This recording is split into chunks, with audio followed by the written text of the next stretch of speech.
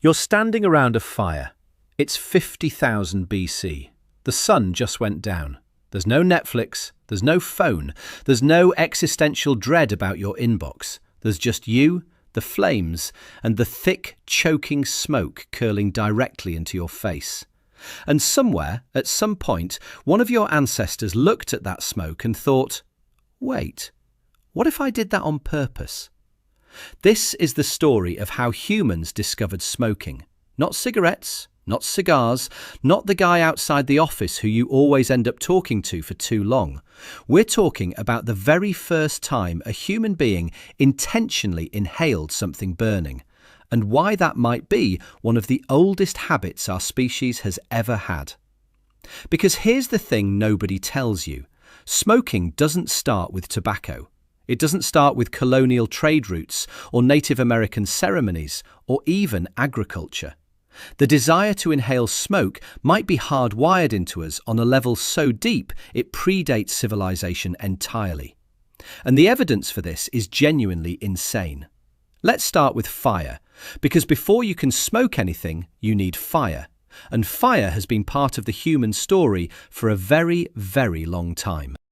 The oldest confirmed evidence of controlled fire used by our ancestors dates back roughly 1 million years from a site called Wonderwerk Cave in South Africa. Archaeologists found burnt plant ash and charred bone, not the result of a wildfire, but of a sustained, contained fire used deliberately inside a cave. Now, 1 million years ago, we weren't even Homo sapiens yet. That was Homo erectus. Our earlier cousin with a smaller brain, a heavier brow, and absolutely zero interest in being told what to do with it. They sat around fires just like we do. They cooked, they stayed warm, they huddled together in the dark, and they breathed smoke. Every single day for hundreds of thousands of years, every human and pre-human ancestor who sat near a fire inhaled smoke. It was unavoidable. It was constant. It was basically the original air quality situation, and nobody had an app to check it. But here's where it gets interesting. Some of that smoke wasn't just wood smoke. When you burn organic matter, you don't just get carbon dioxide and water vapour. You get a cocktail of compounds depending on what you're burning. Some plants, when combusted, release psychoactive chemicals, alkaloids, terpenes, compounds that interact with the human nervous system in ways that are, let's say, noticeable. In other words, some of our ancestors were absolutely accidentally getting high around the campfire, and they had no idea why they felt amazing. This isn't a fringe theory. Researchers have proposed for decades that early humans living in forested environments would have regularly been exposed to the smoke of psychoactive plants, like cannabis, Nicotiana species, and various entheogens that grow naturally across Africa, Europe, and Asia. The human brain, it turns out, has receptors that respond to cannabinoids. These receptors didn't evolve because of cannabis, they're part of our endocannabinoid system, which regulates everything from mood to memory to appetite. But the fact that they exist means that when a human first inhaled smoke from a burning cannabis plant, their brain wasn't confused. Their brain was like, "Oh, hello, I've been waiting for you." And that moment, that first accidental hit of psychoactive smoke around a prehistoric campfire, might be the true origin of smoking. Not a decision, not a plan, just a very pleasant accident, repeated enough times that someone eventually thought to recreate it on purpose. Think about that for a second. The entire multi-trillion-dollar global tobacco industry, the centuries of ritual, the shamanic traditions, the medical practices, the social customs, all of it may have started because a tired hunter sat downwind of the wrong bush and had a really unexpectedly great evening. History is sometimes beautiful in the most absurd ways. Now, we need to be careful about the timelines here, because the claims that ancient humans smoked things and that ancient humans intentionally cultivated plants specifically for smoking are very different. Let's discuss what archaeological findings actually reveal. The earliest direct evidence of intentional cannabis use, specifically burned cannabis seeds, discovered in a context indicating deliberate inhalation, originates from a burial site in the Pamir Mountains of Central Asia, carbon dated to approximately 500 BC. Archaeologists uncovered wooden braziers holding superheated stones alongside residues from cannabis plants that exhibited unusually high THC levels. This wasn't merely wild cannabis harvested for making rope or for its seeds. This was potent cannabis, and it was deliberately placed within a ritual burial context around 500 BC. That's approximately 2,500 years in the past. However, here's a question that should be lingering in the back of your thoughts. Does the lack of older physical evidence imply that such practices didn't occur earlier, or does it simply mean we haven't discovered it yet? This is because organic materials like seeds, leaves, and plant fibers very rarely survive thousands of years underground. We discover stone tools dating back 3 million years because stone is virtually indestructible. However, a wooden pipe filled with dried herbs would typically decompose and be gone within a few centuries under ordinary burial conditions. A leather pouch containing cannabis would have disintegrated and returned to the earth long before any archaeologist arrived with a trowel. Therefore, in this particular instance, the absence of evidence certainly does not constitute evidence of absence.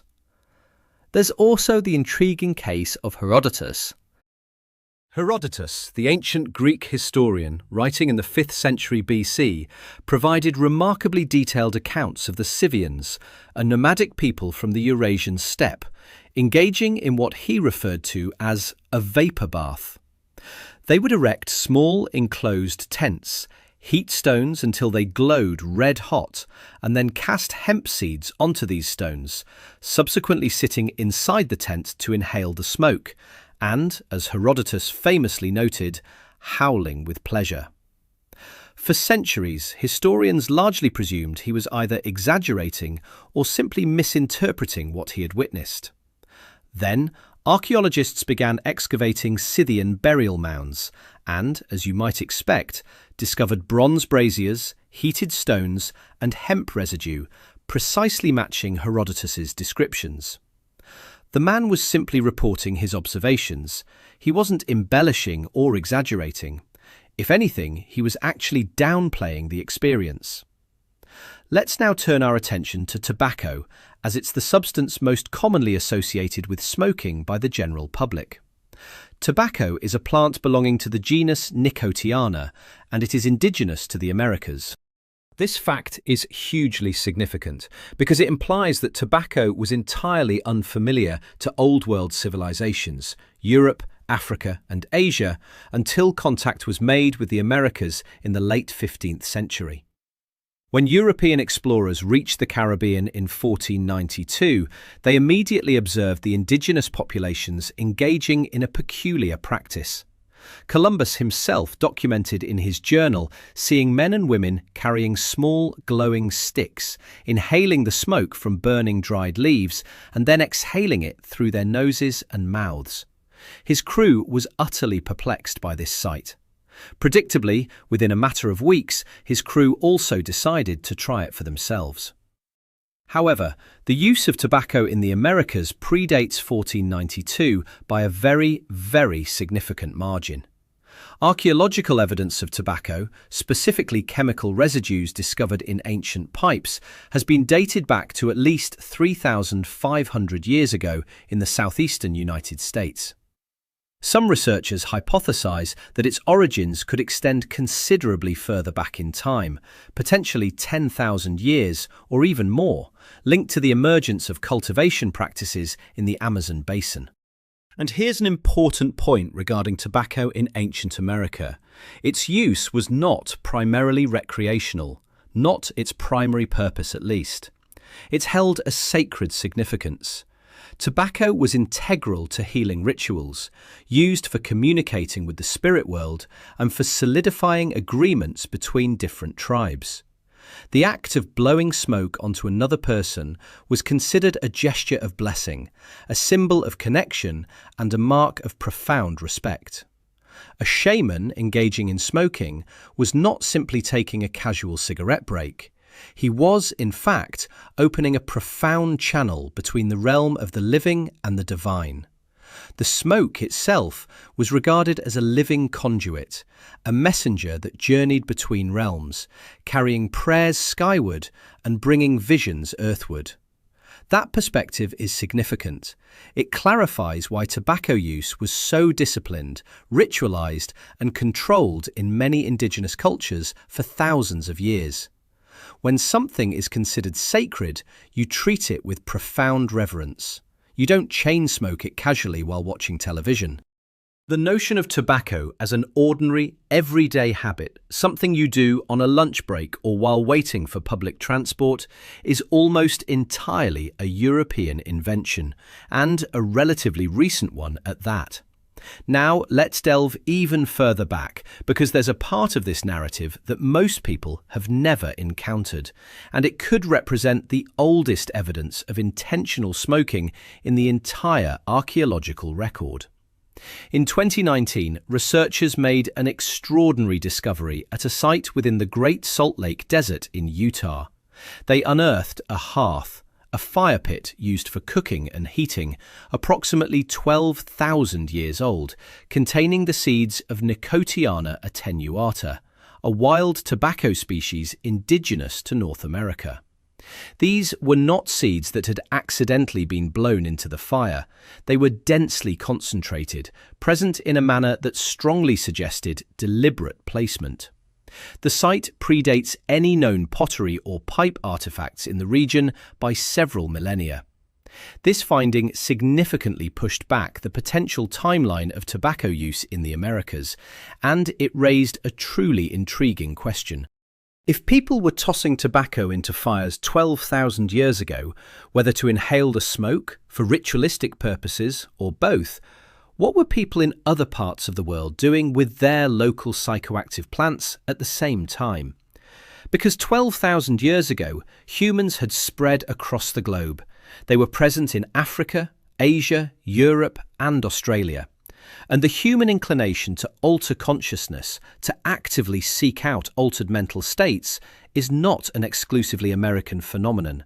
That is a universal human trait. Across virtually every human culture ever documented, people have sought out ways to alter their consciousness. They've consumed fermented beverages, eaten psychedelic mushrooms, inhaled smoke, chewed plant leaves, and swallowed seeds. This behavior is so widespread, so persistent, and so independently developed across cultures that some researchers believe it is not merely coincidental. Ronald Siegel, a psychopharmacologist at UCLA, proposed in the 1980s that the pursuit of intoxication is a fourth fundamental drive, alongside hunger, thirst, and sex, one that is biologically ingrained in animal behavior, not just human behavior. Elephants deliberately seek out fermented marula fruit. Reindeer in Siberia have been observed consuming Amanita muscaria mushrooms and subsequently drinking the urine of other reindeer who ate the mushrooms, because the psychoactive compounds pass through their systems intact. Reindeer engaging in drug recycling in Siberia, honestly, impressive. The point is, if the drive to alter consciousness is this deeply rooted and ancient, it's entirely plausible to suggest that early humans, long before they domesticated any plants, long before they possessed pottery or pipes or any of the implements we typically associate with smoking, were intentionally exposing themselves to smoke from psychoactive plants because they had learned through experience that it produced a change in their minds. Perhaps they burned those plants deliberately during rituals. Maybe they chose campsites near specific plants for precisely this reason. Perhaps they learned which smoke made you feel good and which made you feel like you were dying, which, with some plants, is a distinction that can be fatal before you figure it out. This is trial and error, prehistoric style, with extremely high stakes. Occasionally, quite literally, fatal. But the ones who survived, they remembered. They shared that knowledge with others. They passed it down through generations of wisdom that was never written but was lived. That's how the majority of human knowledge was transmitted for most of human history. Not through libraries, not through schools. It was through lived experience, passed down by word of mouth around a fire in the darkness. Let's also discuss something that is rarely brought up in this conversation: smoking as a form of medicine. Long before smoking became a recreational activity, and even before it held spiritual significance, it may have served a medical purpose. The Ebers Papyrus, recognized as one of the world's oldest medical documents, originates from ancient Egypt around 1550 BC. It details treatments that involved inhaling smoke from heated herbs, specifically targeting conditions affecting the throat and lungs. From a contemporary viewpoint, this seems incredibly counterintuitive. Are you suggesting the ancient Egyptians treated lung issues by inhaling smoke? Yes, that's precisely what they did. Indeed, they were. And while that might appear absurd, it's worth noting that the specific herbs they utilized, such as henbane and various aromatics, do possess genuine pharmacological properties when inhaled. The ancient Greeks regularly employed fumigation, a form of therapeutic smoke. Hippocrates, the figure after whom the oath taken by doctors is named, documented the inhalation of herbal vapours to treat lung diseases and other ailments. This line of reasoning wasn't considered irrational by the standards of that era. Smoke directly reaches the lungs, so if a plant has medicinal qualities, delivering it via smoke makes a certain logical sense. The lungs serving as a delivery mechanism. Medicine administered through inhalation. We continue this practice today with asthma inhalers, anesthetic gases, and nebulizers. The method of delivery has endured. The combustion aspect, thankfully, largely did not. Ancient Indian Ayurvedic medicine, with origins spanning over 3,000 years, describes a practice known as dhumapana, literally smoke drinking, which involved inhaling medicinal herbs through pipes. These texts specify particular plants, certain conditions, and precise preparations. This was neither casual nor improvised. It represented a sophisticated medical system backed by detailed protocols and centuries of refinement. Across ancient China, ancient Mesopotamia, ancient Greece and ancient India, in virtually every early civilization on record, there is evidence of people intentionally inhaling smoke for therapeutic purposes as a recognized medical practice.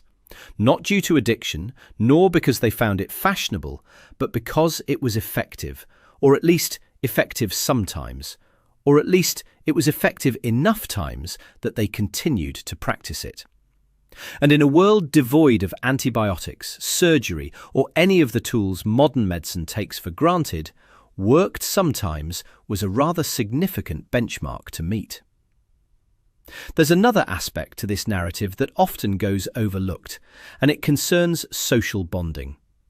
Humans are fundamentally social creatures.